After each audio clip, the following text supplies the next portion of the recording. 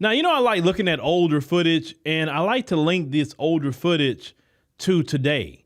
So this video is around the 1960s, where right after, you know, the civil rights movement time, and more black people moving in certain neighborhoods. Now, this is going to be in Philadelphia, actually.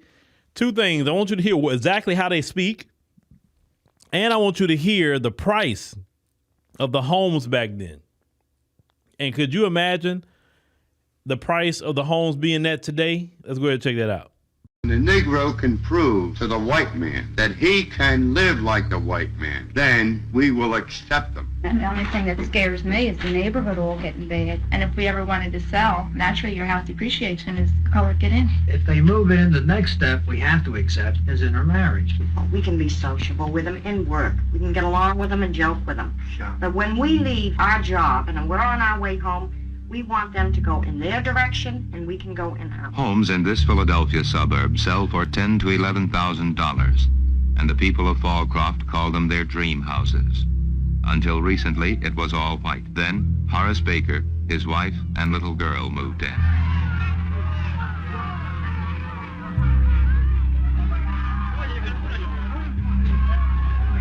Okay, I'll go.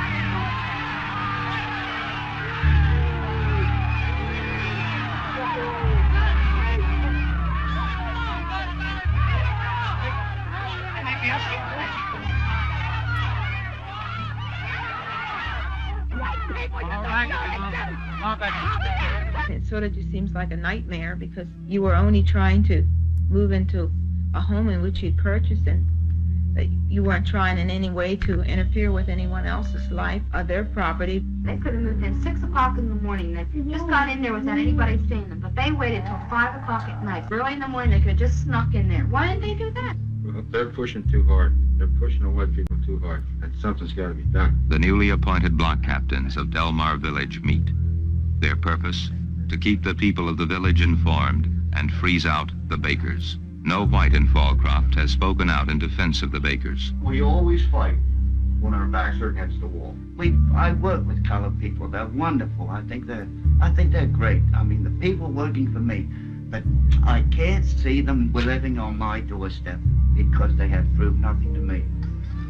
I think they're getting paid to move in. Any color that moves into this area, I'm sure, is only coming in here for one reason.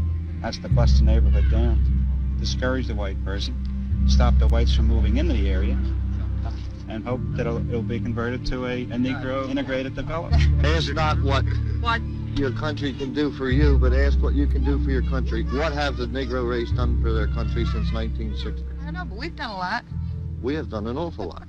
Now, this silly idiots say they got to prove to the white man that they can be decent, and then maybe they can stay here. Like, boy, they were arrogant, and that is the time period that a lot of these folks, especially MAGA, want to go back to, that time period. And you see how they were. They say, look, we can work with them, we can get along with them, but we don't want to live with them. But you have some black people say fast forward to 2026, and some black people say they probably had the right idea, that maybe we wasn't living around them, we wouldn't have a lot of these issues and problems. But here's the thing back then, and why, and you have to be a student of history to understand. Well, yes, we did have separate but equal, but it was not equal, okay? It was not equal because we got third-rate education. We didn't get the things that we need in the area of services. We paying taxes, but the white people getting everything.